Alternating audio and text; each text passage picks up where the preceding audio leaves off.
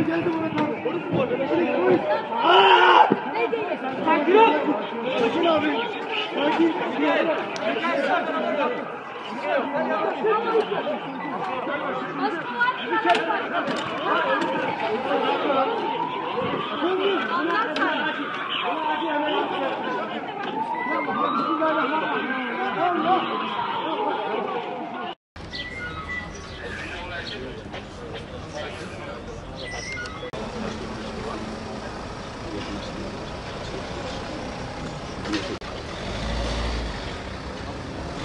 Biraz daha güneşe çık.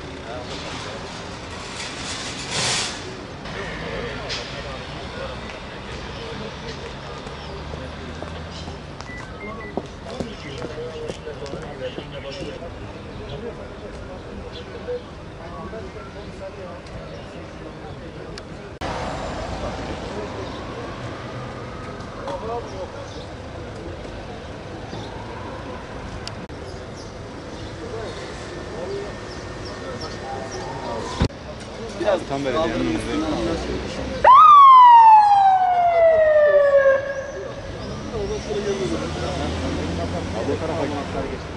işte tüm abi dikkat edin işte. Siz biriniz şu orta... Beş abla. Tamam. Geçin arkadaşlar.